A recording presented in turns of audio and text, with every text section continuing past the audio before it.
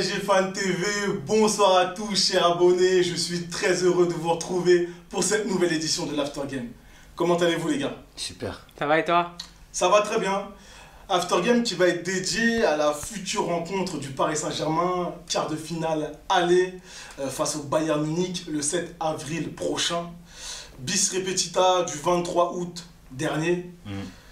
On va y aller en progression avec cette première question qui consiste à savoir est-ce que le Paris Saint-Germain a progressé depuis ce soir historique finalement qui restera dans le palmarès du club. Honneur à toi Young. Est-ce qu'on a progressé? Écoute, moi je vois pas forcément de progression de la part de mon équipe, le PSG. Donc ça peut paraître un petit peu brutal ce que je vais dire, mais en tout cas... Oui, je suis supporter du PSG, mais je vois pas forcément de progression. Je vois pas mal d'acquis, notamment obtenus lors de la période de Thomas Tuchel. Des acquis comme par exemple savoir souffrir tout au long d'une rencontre face à un adversaire qui récupère les ballons très haut et qui tacule sur ton but, un peu ce qu'on a vu sur le 8e de finale retour.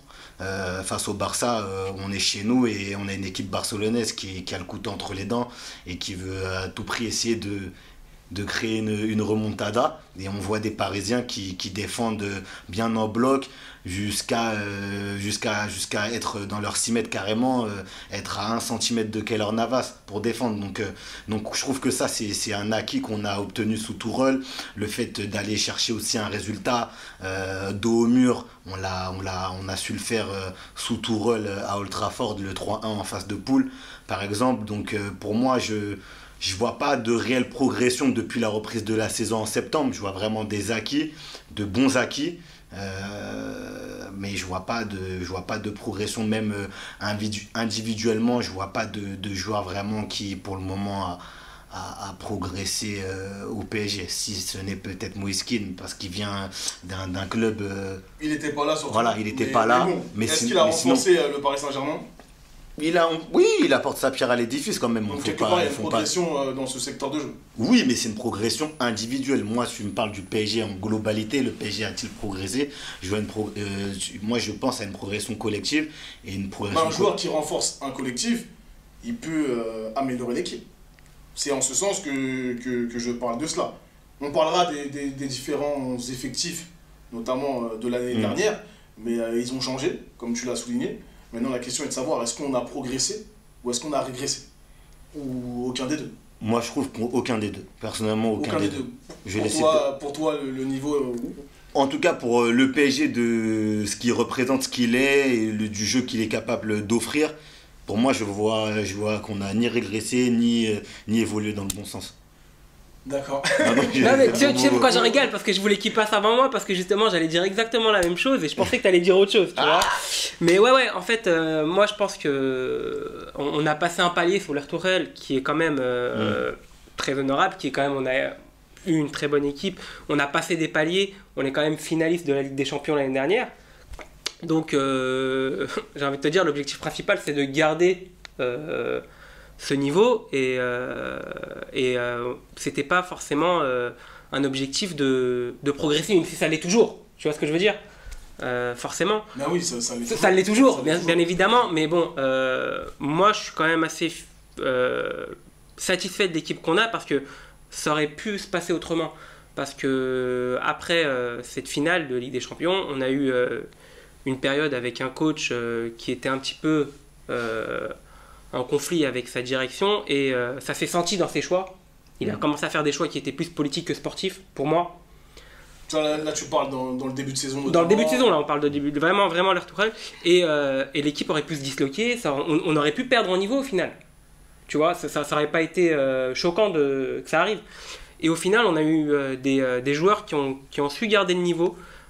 Qui restent honorables à leur statut de vice-champion justement, je pense. Ouais. Alors il y a eu des matchs avec des hauts et des bas, mais on est quand même premier de notre poule en Ligue des Champions. Et on a su... pas facile. Ouais, en poule pas facile, et on a su faire une excellente prestation face aux Barcelonais. Donc pareil, j'ai pas envie de parler de progression. J'ai envie de dire que voilà, on tient notre niveau si on devait se comparer justement à cette finale. Très bien, je vais vous énumérer les différents joueurs qui étaient présents ce soir-là, en tout cas du 23 août dernier. Peut-être que ça va vous aider un petit peu. Concernant la composition du Bayern, on va commencer par eux. Donc il y avait Neuer dans les buts, Kimmich, Boateng, Alaba, Davies. Donc Kimmich sur le côté droit, Davies sur le côté gauche. Au milieu de terrain, ça a légèrement changé par rapport à aujourd'hui. Alcantara, Goretzka, ensuite joueur plus offensif, Coman, Müller en numéro 10, si je ne m'abuse, Gnabry et Lewandowski en avant-centre. Ça c'était voilà, c'était le Bayern Munich. Ensuite le Paris Saint-Germain.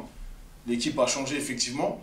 Navas dans les buts, Kerrer sur le côté droit, charnière centrale, Silva Kipembe, Bernat sur le côté gauche, milieu de terrain en tant que 6, Marquinhos, petit clin d'œil, Paredes, Herrera. Voilà, un deuxième clin d'œil aussi, quand je disais qu'il n'avait pas fait un mauvais Van Aert finalement, si on l'aligne en finale de Ligue des Champions. Mais bref, ça c'était une petite parenthèse. Donc je parlais du milieu de terrain. Ensuite, en attaque, Di Maria sur le côté droit, Mbappé, je pense, donc en avant-centre, et Neymar sur le côté gauche. Donc on a vu quand même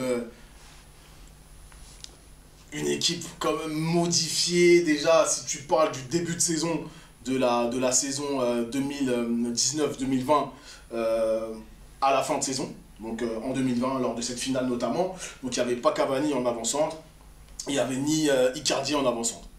Donc déjà pour une finale de Ligue des Champions, ça fait... Verratti n'était pas là non plus. Verratti n'était pas là non plus. Enfin, il est rentré en cours de jeu voilà. Donc ça, sur cette finale, mais il n'était pas titulaire. C'était les titulaires. Donc le 7 avril prochain, la semaine prochaine, l'équipe sera quand même différente. On est bien d'accord. J'ose espérer. Est-ce que vous pensez pas qu'on a progressé? Vous pensez pas qu'on a progressé? Non, pas, pas plus que ça. Non, mais en termes de niveau, on n'a pas progressé, même si il y a des choses, à mon avis, qu'on a perdues et d'autres qu'on a gagnées. Tu vois, l'équipe est très différente. C'est-à-dire, essaie d'être un peu spécifique par rapport à ce que tu dis. Qu'est-ce qu'on aurait perdu? Qu'est-ce qu'on aurait perdu? Déjà, la charnière centrale, elle a changé. Voilà, déjà, et on a aussi perdu un Bernat assez solide. On l'aura pas à l'aller là, tu vois. Même si on arrive à avoir quelque chose de correct de ce niveau, quand même de ce côté-là, parce qu'on a Diallo, on a même Kurzawa qui est revenu, voilà. Par contre, notre milieu, là, le milieu que tu me cites et le milieu qu'on a en ce moment, bah, on est largement mieux aujourd'hui. On est largement mieux. Ok, c'est ton avis et ça fait une progression. Voilà, parce que ça fait quoi? Si une progression se résume à avoir de meilleurs joueurs que 6-10 mois auparavant, pour moi, c'est pas ma conception des choses en tout cas. Mais si tu renforces un effectif, c'est pour l'améliorer. Oui, c'est pour l'améliorer, mais c'est bien de l'améliorer sur le papier, mais après sur le terrain, il faut le montrer.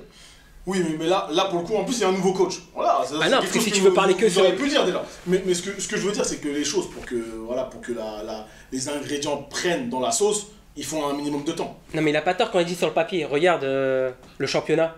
L'année dernière, sur la même période, on était déjà champion, je crois, Oui, mais après, là, il y a eu un autre contexte. Il a fallu absorber donc, cette partie post-saison, finalement.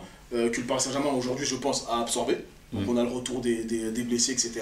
Donc là je pense qu'on est meilleur qu'en début de saison, en tout cas ça c'est sûr et certain. Maintenant est-ce que on va dire cette période où on a dû encaisser les blessures, etc., les problèmes même politiques au niveau du club, est-ce que cela n'a pas été au détriment finalement de la progression de l'équipe? Ça, c'est quelque chose dont on peut se poser la question. On peut se poser la question. Moi, je pense que c'est cet élément-là à stopper notre progression. Parce que je suis légèrement de votre avis sur le fait qu'on n'a pas tellement progressé. Je pense que notre charnière centrale était plus solide l'année dernière. Sur les ailes, on est peut-être un peu plus rassuré, entre guillemets. lorsqu'on voit un Florenzi Non, lorsqu'on voit un Florenzi qui est qui beaucoup apporte. plus latéral de métier que Kerrer par exemple. Oui, c'est mieux, c'est mieux. On a un Diallo qui se veut en tout cas rassurant, tout en sachant très bien qu'il n'est pas latéral de métier lui aussi, mais en tout cas il se veut rassurant. On va y venir sur Donc, l'effectif parce que ça c'est un débat aussi. Parce que Kurzawa fait une saison, on va dire, honorable. Mais dans le, Est-ce que je peux dire ça? Gérard? mais dans le jeu, dans le jeu, Quand on parle de Kurzawa, c'est. dans le jeu Byron, je vois des acquis de Oui. l'ère Tourelle. Oui. Pour ce qui est de l'ère Pochettino, elle vient à peine de commencer, il y a 2-3 mois même pas.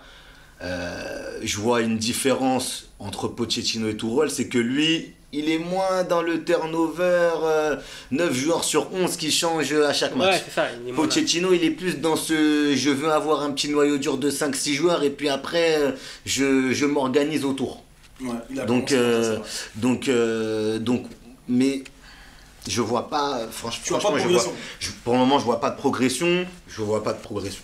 Sincèrement, je vois. D'accord, bah, c'est Mais pas bon signe. Hein. Non, mais au compte, tu dis que c'est pas bon signe, je suis pas d'accord. Encore une fois, comme tu l'as dit. On a quand même perdu. Oui. Si on n'a pas progressé par rapport à l'année dernière. Ouais, mais on aurait pu plus perdre, honnêtement, parce que comme je t'ai dit, quand tu progresses pas, c'est peut-être que derrière tu peux perdre en niveau, et je trouve que ça n'a pas été le cas. Et pourtant, il y avait des éléments qui auraient pu l'induire. Encore une fois, il y a des éléments qui auraient... Même le changement de coach, ça aurait pu mal se passer. Tu sais pas comment, mais au contraire. Au contraire, on a réussi à garder un niveau. On aurait pu. On n'est pas moins bon. On et je pense que c'est important. On aurait pu perdre encore plus sur le papier ou même dans le jeu quand tu regardes notre équipe. Si par exemple, on a vu un garçon comme, je sais pas moi, Presnel Kimpembe qui aurait montré des belles choses, mais pas suffisamment pour être titulaire. Aujourd'hui, il est titulaire et c'est tout à son honneur, il le mérite. Après des années de charbon, il faut le dire. Mais admettons que tu perds Silva, que tu pars d'un principe que Kimpembe n'est pas au niveau pour jouer dans ton 11. Donc tu le laisses sur le banc et tu recrutes un central à la place de Silva. Et imagine que ce central, c'est pas le bon central. Il fait voilà les erreurs. Donc ouais, on aurait pu perdre. Donc c'est pour ça que totalement, on aurait pu perdre vraiment très gros sur les départs, sur les arrivées. On s'en sort plutôt bien.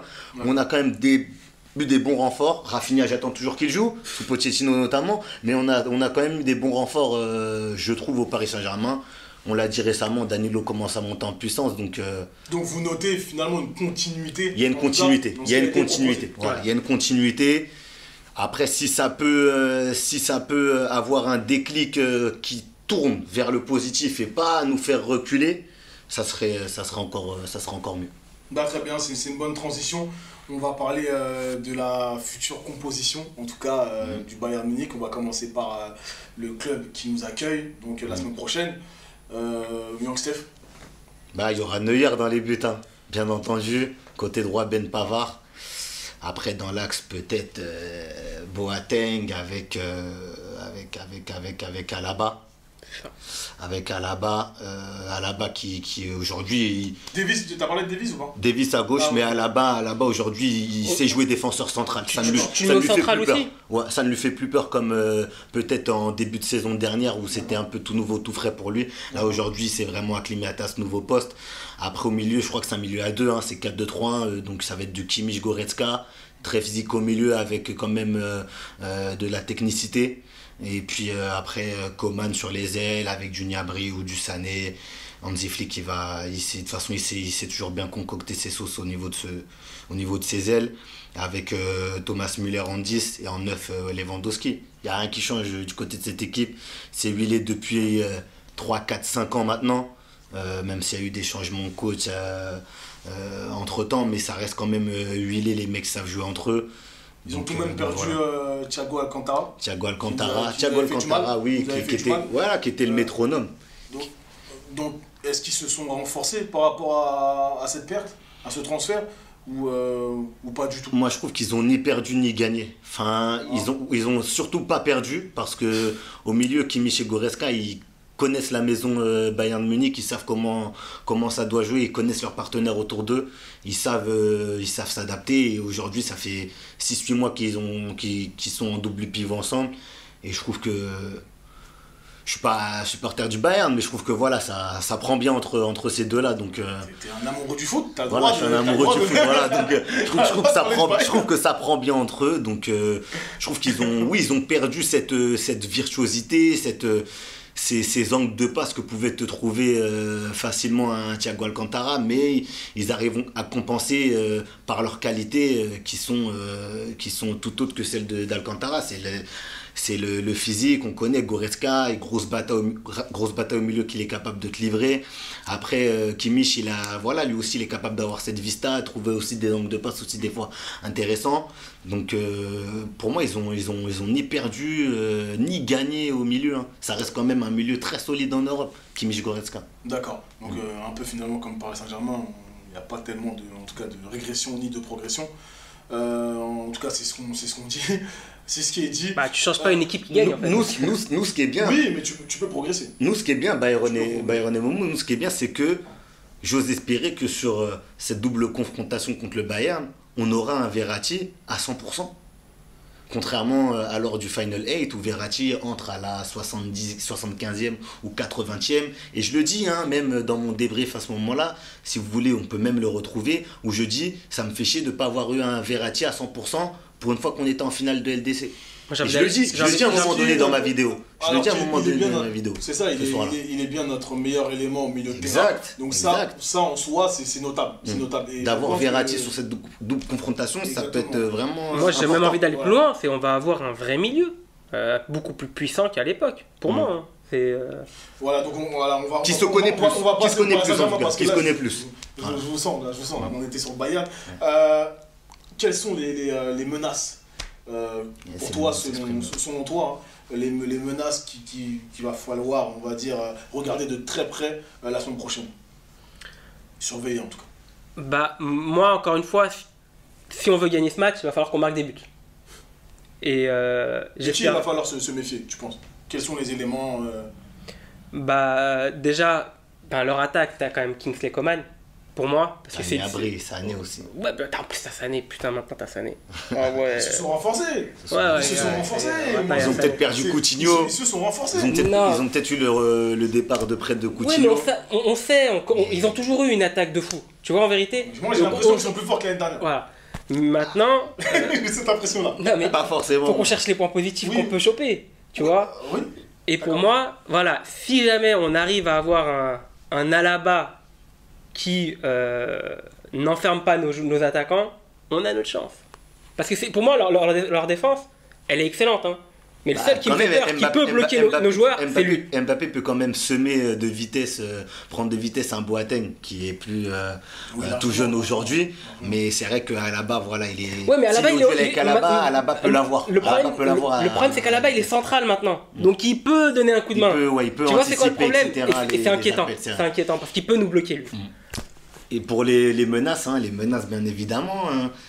J'ai pas envie de broyer du noir avec ça, mais les latéraux du Bayern, moi ça me fait peur. Parce que aujourd'hui on a un Florenzi qui depuis un mois, je constate, est de moins en moins capable de terminer les matchs. Hein, que ce soit du Brest en face, du Lille ou du Lyon, monsieur est de moins en moins capable de terminer les matchs.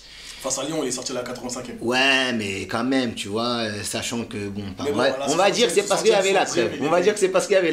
Mais en vrai, c'est grave. Tu vois. Mais on va dire que c'est parce qu'il y avait la trêve.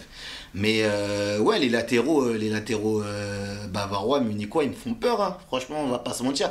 Parce qu'on sait très bien que le Bayern va nous titiller, même s'ils savent qu'on a recruté Florenzi.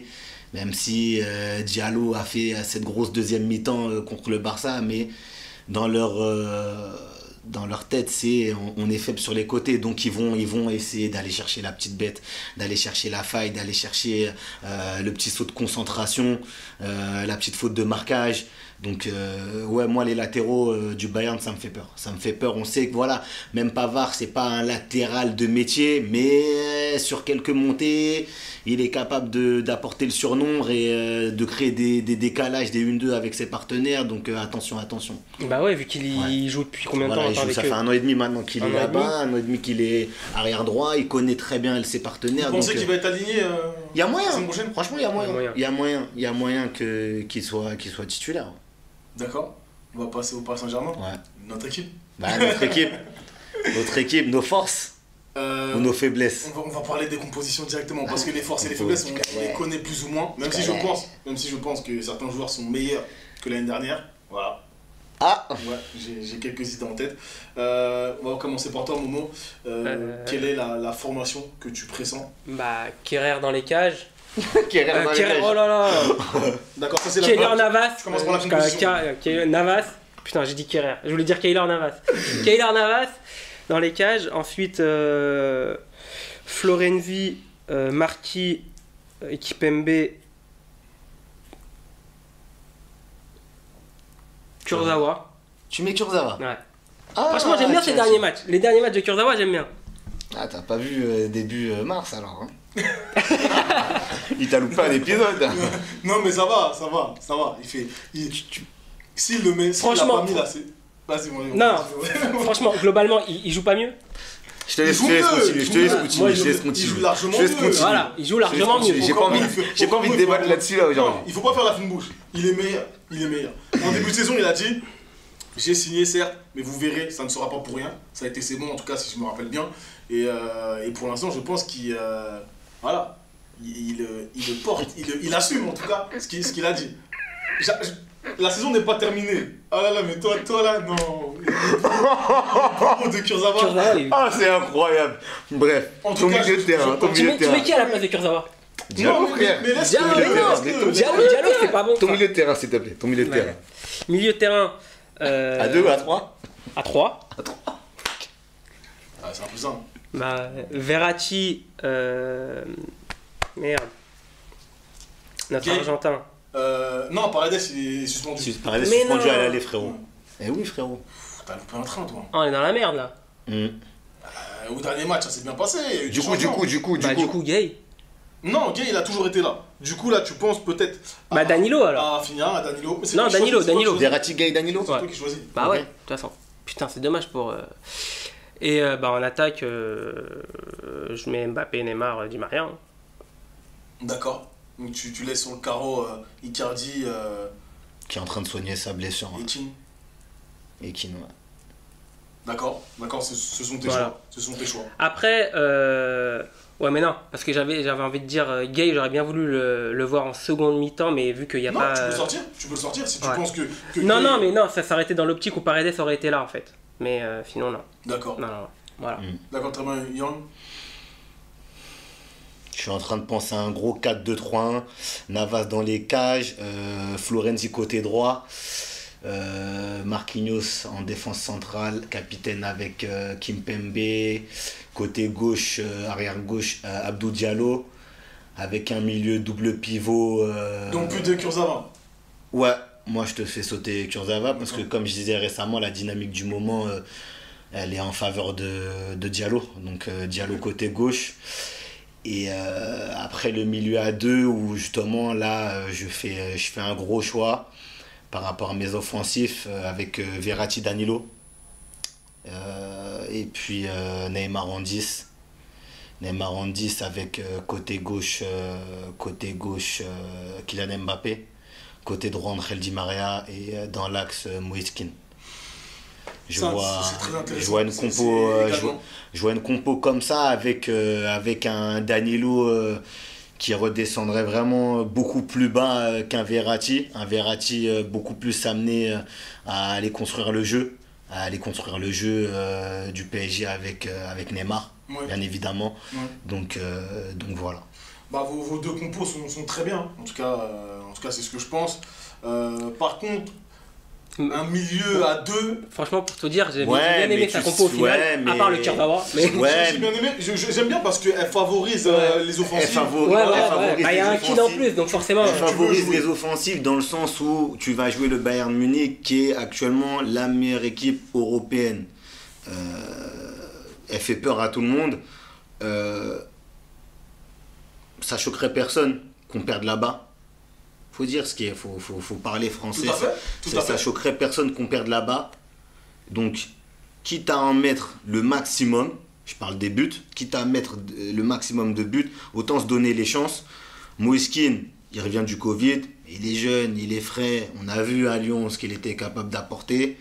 Angel Di Maria, l'épisode du cambriolage, voilà, ça sera Ça va pas jouer, ça va sera jouer. pas forcément digéré à 100%, Non, il l'a mais je digéré, pense qu'il est capable de faire abstraction. Mais t'as vu C'est sa un match de prestation face à Lyon, voilà, c'est un match de il a coupe digéré. c'est un match de Coupe d'Europe qui plus est face au Bayern Munich là-bas. Il est professionnel, j'ose espérer qu'il fera le boulot. Mbappé côté gauche, et j'ai envie de dire qu'il faut que ce soit son poste constamment. Et je pense qu'il est meilleur que l'année dernière. Je pense que Bah, Mbappé il a est progressé c'est par rapport à l'année normal dernière. qu'il progresse, il a 22 ans. Si à 22 ans il progresse pas, Byron, qu'est-ce qu'on peut faire pour lui?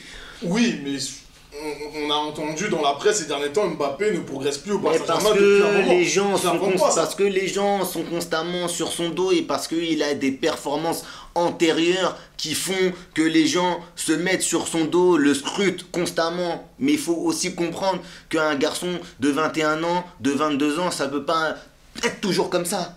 Ça peut pas être toujours comme ça. Il y a des moments, ça va être... ça va stagner parce que justement c'est en train d'essayer d'atteindre l'autre palier. Tu sais, comme dans les jeux d'arcade, quand tu essaies de sauter pour aller sur l'autre marche, ben des fois tu n'y arrives pas. Donc autant de fois que tu essayes, et ben tu restes sur le palier où déjà acquis. Ben c'est ça Mbappé. C'est ça Mbappé. Et ils ont pas compris encore, la presse française. Je crois qu'ils n'ont pas encore compris. Donc voilà, quand tu vois que comment il voulait le découper parce qu'il n'avait toujours pas marqué en Coupe d'Europe sur l'année 2020, Neymar qui lui donne le péno contre Başakşehir. Ah, Dieu soit loué, il a marqué au moins un but en Coupe d'Europe en 2020. Et le lendemain, 3 mois après, le lendemain contre le Barça, oh, Kylian Mbappé, vous n'êtes pas content? Triplé. Donc, tu vois comment ils sont capables La narration, elle est... Voilà, tu vois comment c'est... C'est comme ça, c'est comme ça. Donc voilà, tout simplement. Donc à un moment donné, il faut peut-être remettre l'église au milieu du village. Un garçon de 22 ans, ça peut pas toujours être comme ça. Voilà. Pour Faut en prendre revenir le à temps. pour en revenir à ta compo, ça te rassurerait pas d'être quand même en surnombre au milieu? Ah oui, bah oui. Oui, Pour moi, oui. là, c'est trop risqué. Oui, c'est peut-être trop offensif. C'est attrayant, je le dis pas, mais... Parce qu'il faut marquer là-bas, les mecs, il faut marquer là-bas. Moi, je vous dis, il faut marquer là-bas. Mais les Sané, les Gnabry, ça va pousser. Si au milieu de terrain, tu penses que Verratti, qui est très bon défensivement, il faut le dire, il tacle, il n'a pas peur, etc., suffit, avec tout ce qui s'est passé ces dernières années, non, pour moi, c'est pas suffisant. C'est pas suffisant. En plus, tu l'as dit, tu l'as dit, les ailiers ils font peur. C'est vrai. Tu l'as dit. Donc Donc forcément. un milieu de terrain avec Draxler, Verratti et Rabiot, tu vois, qui est Beaucoup pas trop moche. léger. Non, qui n'est pas moche. Mais ces trois acteurs souvent n'ont pas résisté en Coupe d'Europe. Là, on est face au Bayern Munich. Je mets 3 joueurs, sincèrement. Et Gay, quoi qu'on dise sur lui, on a besoin de son énergie et de son taux de récupération au milieu de terrain. Tu peux pas te priver d'un Gay face au Bayern Munich. Surtout que Paredes sera absent. Tu vas pas laisser seul Verratti avec Danilo. Je trouve qu'on parle pas assez du fait Qui, que finalement, c'est très dangereux le fait que Paredes soit pas là. Moi, je pense que... C'est très dangereux, frérot. Je Bien pense sûr que que c'est c'est dangereux. C'est très dangereux que Paredes soit pas là, moi je trouve. Pour moi, avec Il sera là au retour, la ça, ouais. performance face à Lyon, elle l'a fait un peu oublier, sincèrement, parce que le duo Gay-Danilo, pour le coup, tu parlais de continuité, bah moi, j'irais dans ce sens. Je Milieu à trois. conserverai ce milieu de terrain avec un Verratti légèrement au-dessus. Et au niveau de ta défense? Au niveau de ma défense, je mettrais Diallo comme toi, même si je pense que Kurzawa fait une bonne saison, voilà, c'est mon avis. Mais voilà. Bah, la dynamique du moment, pareil, tu mets Diallo. Et je trouve que Diallo est un meilleur défenseur, en fait. C'est en tout cas un défenseur plus rassurant. Voilà, je sais pas si c'est un meilleur Plus défenseur, rigoureux, mais peut-être plus... en ce moment, je trouve que il est énergique, il en impose. Je pense pas que ce soit un meilleur latéral que, tu vois, si tu prends tous les... Bah, c'est un compartiments. central de métier, Je pense pas que ce soit un Diallo. meilleur latéral que Kurzawa. Le Kurzawa, à son meilleur niveau, je pense qu'on en a besoin et je ne serais pas surpris de le voir la semaine prochaine. Mais en tout cas, ça ne me choque pas si Diallo est à gauche. La défense, il n'y a rien à dire, la charnière centrale, on n'a un peu pas le choix. Hein. Kipembe, Marquinhos. Et à droite, Florenzi, qui centre très bien. Donc un Florenzi en bonne santé, avec de l'énergie, je pense que ça peut nous servir. Mais moi, ce qui m'inquiète sur lui, c'est sa vitesse. Il prend l'eau quand ça va trop vite. Ouais. Voilà, on l'a vu face au Bayern Munich, face à Alba. C'est ça, Alba. Ouais. C'était- retour, c'était assez compliqué. Et quand il y a des tempêtes là, c'est. Donc, contre il faut Coman, un c'est King- mort quoi. Il faut un King quelque part et non pas un Di Maria pour le suppléer. Voilà. Voilà, c'est la petite inquiétude que j'ai. Bah, il faut... Vraiment sur le côté droit là, Les latéraux, de toute manière, c'est pas extraordinaire au Paris Saint-Germain. On va pas se mentir. Au niveau de Florenzi, de toute façon, il faut espérer qu'il sorte le même match qu'à Old Trafford, par exemple, où vraiment il avait été plus ou moins impeccable. Voilà. Mais c'est un joueur qui va à la guerre et qui est bon avec son pied droit et même avec son pied gauche, des fois il centre. Donc ça déjà c'est des choses qu'on n'avait pas vu au Paris Saint-Germain depuis un moment. Peut-être 2-3 ans. Ouais. Un latéral qui se l'emmène sur son pied gauche et qui balance, non, voilà. J'ai apprécié voir ça de sa part. Au milieu de terrain, bon, Gay Danilo, voilà, je veux du fer. Gay Danilo, Verratti. Je veux de l'acier au milieu de terrain. Bien sûr Verratti de toute manière pour moi c'est j'ai même pas besoin de le Du coup donner. une attaque à 3 Voilà. qui saute. C'est ça le problème. C'est ça. Il y aura un vrai casse-tête. Il y a un vrai casse-tête. Pochettino, que va-t-il faire? C'est pour ça que moi, justement, dans ma compo, j'ai préféré trancher, j'ai préféré donner l'avantage à mes offensifs en me disant, s'il faut perdre 4-2 là-bas, au moins on en aura mis 2 et pour le retour, on peut, plus ou moins, si on prend le match retour bien comme il faut, on peut passer. C'est plausible, hein, ce que tu dis est plausible, mais je pense qu'on va lui reprocher le fait d'avoir laissé un milieu de terrain, on va dire, un peu voilà, dénué. Hein. Tu vois ce que tu veux dire. Non, mais je vois totalement ce que tu veux dire, mais après, il fallait trancher, c'est ma compo, après je suis pas à cause du PSG, tu vois, mais en tout cas c'est ma compo. Non mais c'est une bonne compo. Tous ceux qui regardent ce match-là de l'extérieur, s'ils voient ta compo, ils vont être contents. Clairement. Bah voilà, mais personnellement, on joue à l'extérieur, j'ai pas envie qu'on prenne une caisse. Tu vois, une valise. Ah, on prendra pas une valise, s'il vous plaît. Donc au milieu de terrain. Quelle en avance dans les buts, t'as oublié, toi. Oui, mais les tempêtes, faut les freiner. Ouais, les tempêtes, faut les freiner. Si au milieu de terrain, tu mets deux éléments, ça va être léger. Ça va être léger. Bon, on va terminer par les pronostics. Ton attaque, c'est quoi ton attaque, du coup? Non, mon attaque. Ah oui, c'est vrai. Ton attaque, attends. Je vais mettre l'attaque parce que je voulais pas forcément la donner, mais si. Je mettrais. J'aime beaucoup Di Maria. Ouais. Voilà, j'aime beaucoup Di Maria. Ouais. J'aime beaucoup Di Maria, mais c'est lui pour le coup qui va sauter. Que je mettrais sur le banc. Pour le coup, je le mettrais sur le banc, donc 4-3-3. Et donc Mbappé sur le côté droit, donc à la place de Di Maria. Parce que Mbappé, aujourd'hui, il est indispensable. Aujourd'hui, là. À gauche, Neymar, tu vas pas te priver de Neymar. Ah oui. Je pense que je vais pas argumenter. Neymar affûté en plus, là, comme un ninja. Voilà, j'ai pas argumenté par rapport à ça, je pense. Hein. Et Keane, on a besoin de sa vitesse. On a besoin de sa vitesse, c'est un bon élément. Il faut les bouger, les Boateng, c'est vrai. Il faudra les bouger. Keane, Mbappé, Neymar, ça va vite. Ça va plus vite que si on rajoute Di Maria, on enlève Keane. Mais Di Maria, en même temps, il est excellent, il fait des passes D, il est décisif à chaque fois. Donc c'est un vrai casse-tête. Mais pour le coup, je le mettrais sur le banc. On a la... Ça va pas lui plaire, mais on a la même... Si coach le fait, mais... On a la même compo à un joueur près, c'est-à-dire le joueur du milieu que tu rajoutes ou que tu enlèves, toi et moi, mais sur ta compo, je constate qu'il partirait du coup sur le match du coup le plus important de la saison sans ses Argentins.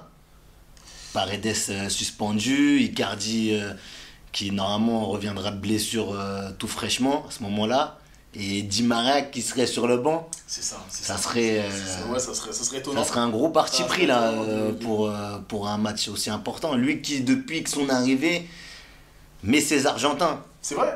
Faut dire ce qui est, il met ses Argentins. Il met ses Argentins. De toute façon, il n'y a pas de mal à le dire, hein. C'est la vérité. Et de manière, ils ne sont pas mauvais. De manière, il les met, c'est légitime aussi. Et on a vu un Paredes qui a progressé.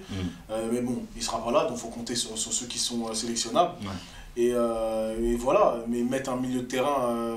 non, il faut un milieu de terrain un peu dense quand même.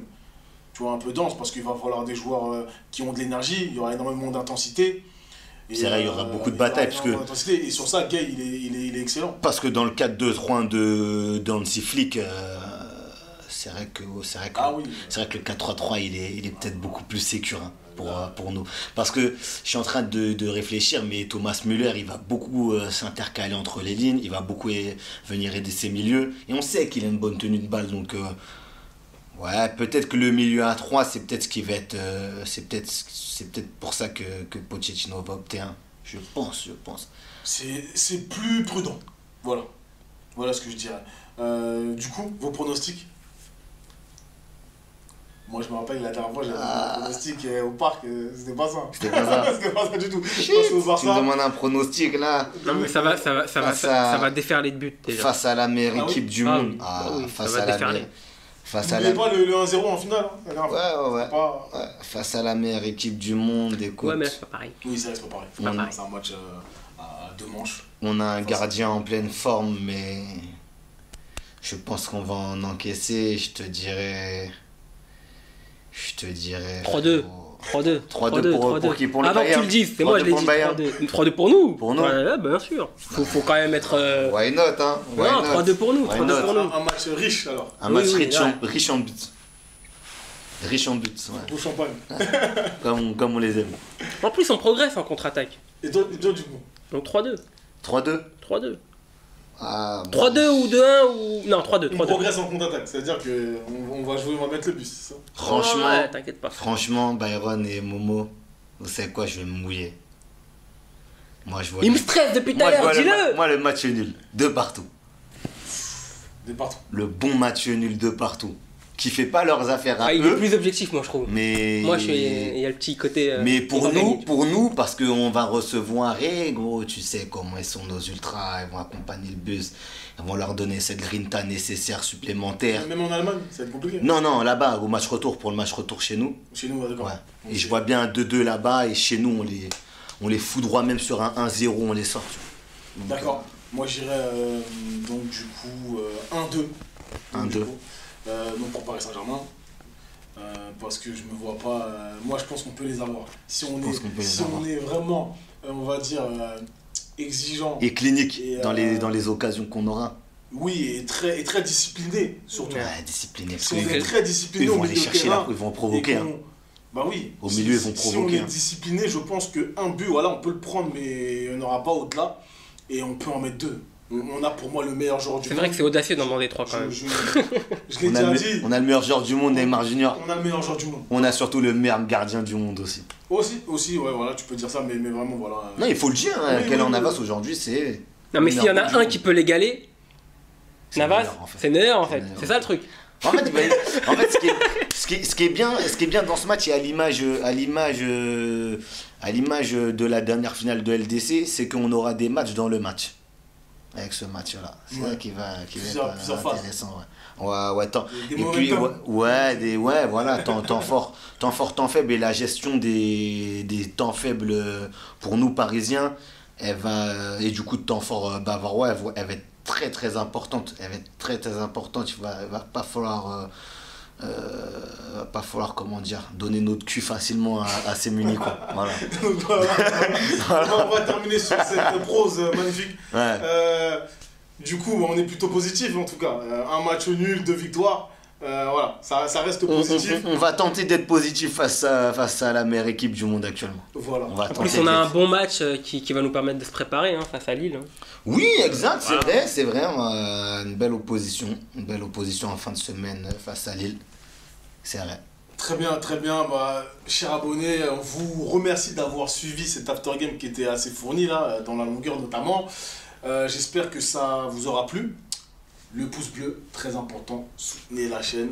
Nous sommes présents sur les réseaux sociaux, Twitter et Instagram. On attend vos commentaires et on vous dit à très bientôt sur PSG Fan TV. Ciao, ciao les kiffs. Ciao.